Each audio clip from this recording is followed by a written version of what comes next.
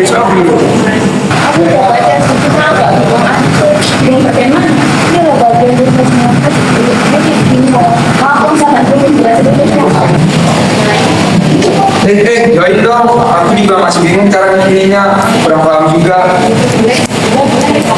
Aku juga lagi bisa kasih tahu dong buat perhitungannya. Betul, itu kita bareng-bareng aja. Tadi bentuk sini. Nah, jadi penghitungan itu biasanya digunakan untuk menabung di bank. Penghitungan dihitung dari jumlah uang awal disimpan atau dipinjam. Jadi jumlah bunga itu tiap periodenya akan selalu sama. Itu. Nah, jadi secara sederhananya rumusnya untuk mencari bunga itu tinggal B sama dengan P atau modal awal atau pinjaman dikali dengan I persenan bunganya dikali dengan periode. Periode itu awal pinjamannya ya. Nah, lalu untuk mencari jumlah akhirnya atau jumlah akhir bunganya totalnya itu tinggal modal awalnya itu tadi ditambah dengan hasil dari bunganya tersebut. Oh, berarti bunganya salah hitung dari modal awal. Benar sekali. Nah, ini aku kan punya perhitungan nih biar lebih jelas sama Pak. Jadi semisal kayak kan kamu punya ini sih uang atau tabungan ya 200.000 kamu taruh di bank. Nah, di bank pasti dapat bunga. Nah, bunga itu selama setahun, semisal ini bunganya 10% kan, kamu taruhnya itu selama setahun. Jadi rumusnya itu begini, B sama dengan P kali I kali T. Nah, jadi kayak ini kan 200.000 kali 0,1 kali 1 tahun. Jadinya hasilnya itu akhirnya itu ada 20.000. Nah, gampang, tinggal kamu tambahin aja dari modal awal yang kamu taruh di bank.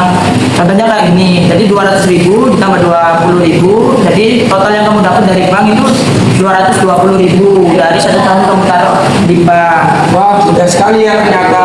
Iya dong. Berarti kalau modalnya lebih besar, bunganya juga makin besar ya. Iya dong. Tuh menambahkan. Oh iya, berarti untuk mencari modal atau persennya itu gimana? Iya, Kita cuma lihat rumus awalnya tadi. Kita cuma merubah aja.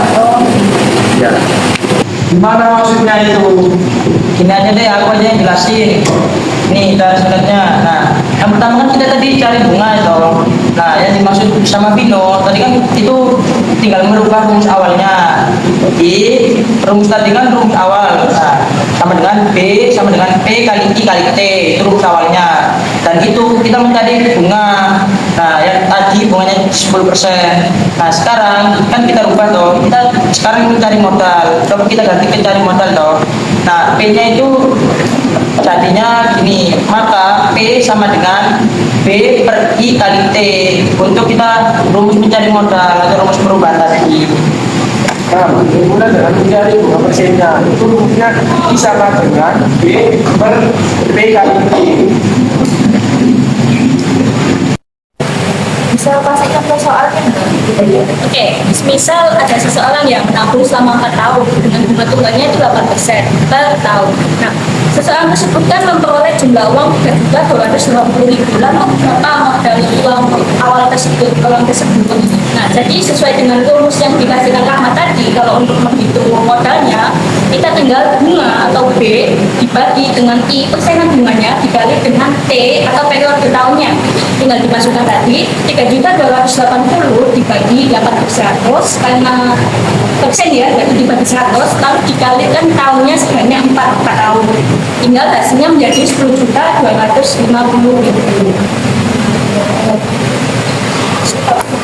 Contoh bunga persennya itu misalnya Siti menabung 5 juta selama 2 tahun dan memperoleh jumlah akhir sebesar 5.600.000. Maka persennya kita tinggal I sama dengan B per P kali T sama dengan 5 juta dikali 2 tahun per 5.600.000. Jadi hasilnya itu 6% per tahun. Oh begitu. Wah, gampang ya ternyata. Terima kasih banyak teman-teman. Ya, terima kasih kembali. Nah, sekarang kan kita sudah lebih pahami tentang materi bunga tunggal. Semoga kalian semua besok nilainya bagus semua ya. Amin. Makasih ya teman-teman.